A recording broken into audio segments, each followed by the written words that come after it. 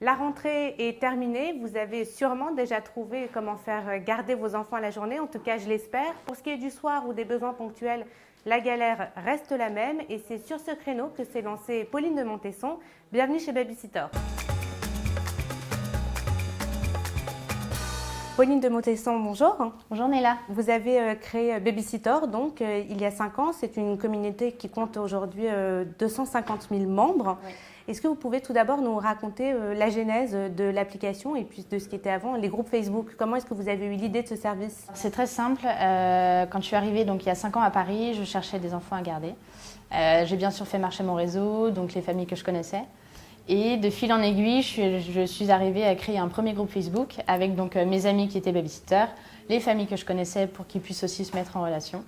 Donc on a commencé, on était une trentaine et par bouche à oreille, la communauté donc, a grandi sur Facebook, d'abord à Paris et ensuite voilà, dans d'autres villes comme Lyon, Nantes, Angers, Bordeaux. Et on a fait le choix d'essayer de sortir de Facebook et donc d'en faire une application pour pouvoir justement proposer voilà, des fonctionnalités qu'on n'avait pas sur Facebook, tout ce qui est notation, paiement, voilà, pas mal de petites choses en plus.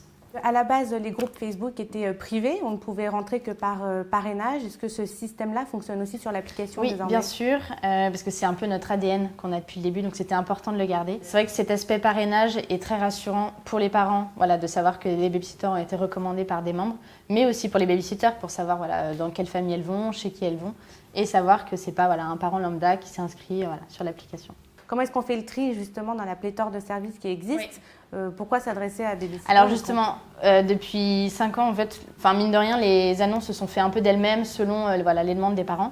Et donc nous, sur l'application, on a priorisé 3 types d'annonces, principalement les annonces ponctuelles. Donc quand vous allez sortir, par exemple, vous faire un restaurant ou aller dîner chez des amis le soir. Ça, c'est vraiment la majorité de nos annonces. Et ensuite, on a 2 autres formulaires qui vont être donc, un formulaire pour les sorties d'école. Donc garderie vraiment récurrente toute l'année. Voilà. Et un autre formulaire qui va être dédié aux vacances. Donc par exemple, aux vacances de la Toussaint, vous allez partir avec vos enfants pendant une semaine. Vous allez pouvoir prendre une babysitter qui va vous accompagner pendant ce séjour. Vous avez également fait une transition importante puisqu'il y a quelques mois, vous avez décidé de faire payer l'application. Comment est-ce que les parents ont reçu ce changement? En effet, ça a été une grosse étape pour nous. Ça faisait longtemps qu'on attendait ça. On a été gratuit donc, pendant 5 ans et maintenant, voilà, on a une équipe, on est une grande équipe. Donc, on a aussi des salaires à payer, on a des locaux à payer. Donc, il fallait qu'on arrive à vivre aussi de ça. Et donc, on a fait le choix Vous êtes rentable aujourd'hui? Tout à fait. Et donc, ce qu'on a fait, c'est qu'on a fait le choix donc, de faire payer l'application, exclusivement aux parents. Et donc, ces abonnements, c'est la base de votre modèle économique? Tout à fait. Il n'y a pas de publicité ou de sponsoring sur l'application? Non, du tout. Non, on a fait vraiment le choix de garder cet abonnement parce que ça allait aussi avec l'esprit de communauté, l'esprit d'adhésion qu'on a depuis le début. Et donc voilà, c'était un business model qui s'adaptait parfaitement à notre communauté. Est-ce qu'il y a eu une déperdition de membres suite à ce passage? Alors, ça c'est compliqué à quantifier parce que c'est vrai qu'on a quelques membres qui ont une utilisation, qui sur Facebook avaient une utilisation très occasionnelle de l'application. Donc il y en a certains qui ne sont pas encore passés mais qu'on va réussir, j'espère, à faire passer un jour. Mais en tout cas, la transition s'est vraiment bien passée. On a pas mal de parents qui nous ont suivis. Je suppose que pour les parents, à partir du moment où le service devient payant, il y a une plus grande attente, notamment en termes de service client.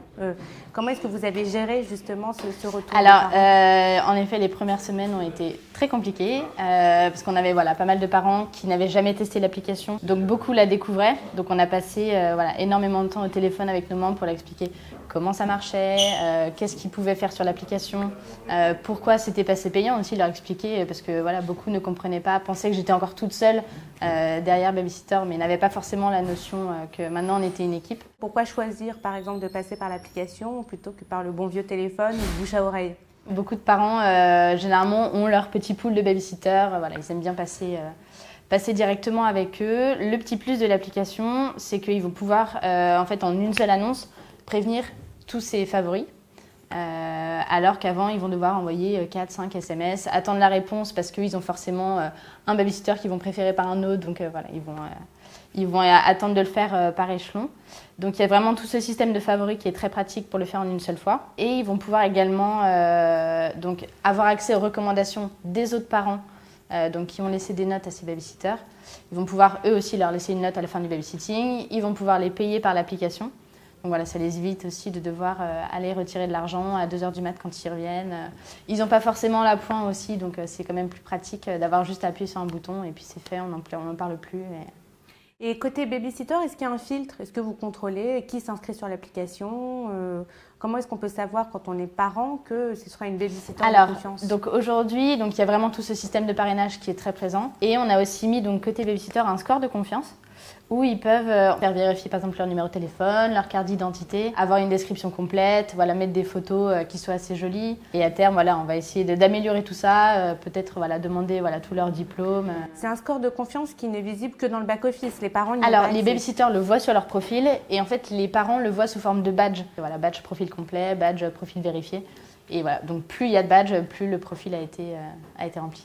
Est-ce que vous avez vocation, ou est-ce que vous réfléchissez en tout cas à diversifier votre activité comme le font certains de vos concurrents avec par exemple des recherches de nounous à temps plein ou encore complètement différents des recherches de garde d'animaux ou de garde de personnes âgées? Est-ce que c'est quelque chose que Alors, vous on y envisagez? réfléchit, bien sûr. C'est vrai que la question s'est déjà posée dans la communauté. On a déjà eu, en tout cas sur les groupes Facebook, des demandes de parents qui demandaient pour leurs grands-parents et non pour leurs enfants. Et ça, on est persuadé que c'est quelque chose qui peut vraiment marcher, sans forcément rentrer dans le médical, mais vraiment dans tout ce qui va être, voilà, aller déjeuner avec une personne âgée, faire une balade, faire un Scrabble, voilà, plein de petites choses comme ça. On pense que ça pourrait marcher. Ouais. Sur les groupes Facebook, on a encore quelques annonces qui sont postées pour tout ce qui va être, par exemple, recherche de cofamille pour faire une garde partagée. Parce qu'aujourd'hui, sur l'application, les parents ne peuvent pas se voir entre eux. Donc, ça pourrait être quelque chose qu'on pourrait aussi développer à terme, parce qu'on en a pas mal qui cherchent. Et après, ça va être des annonces, par exemple, pour des accompagnements de trajets en train. Quand, pour des vacances, il faut emmener les enfants chez les grands-parents qui sont dans le sud de la France. Au lieu de faire un aller-retour, eh bien, on prend une babysitter voilà, pour les accompagner. Et voilà, ça va être plein de petites annonces comme ça qui sortent un peu du lot et qu'on aimerait bien pouvoir proposer aussi à terme dans l'app. Vous cherchez à démarcher les entreprises aussi pour qu'elles puissent participer justement aux abonnements qui sont offerts, qui seraient offerts à leurs salariés.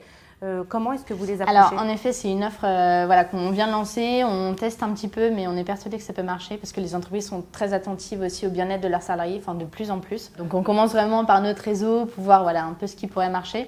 Mais après, c'est vrai que dans la communauté, on a la chance aussi d'avoir des parents qui travaillent dans des belles entreprises. Donc on avait fait un petit sondage aussi auprès de nos parents justement pour savoir si ça pouvait les intéresser. Et donc voilà, gentiment, ils nous ont mis en contact avec les bonnes personnes dans ces sociétés-là. Donc on y travaille, mais on espère que ça va finir par marcher. Le service est présent déjà en France bien évidemment, mais dans quelques pays à l'étranger. Est-ce que vous avez d'autres terrains de jeu En soi, c'est vrai qu'on pourrait aller partout.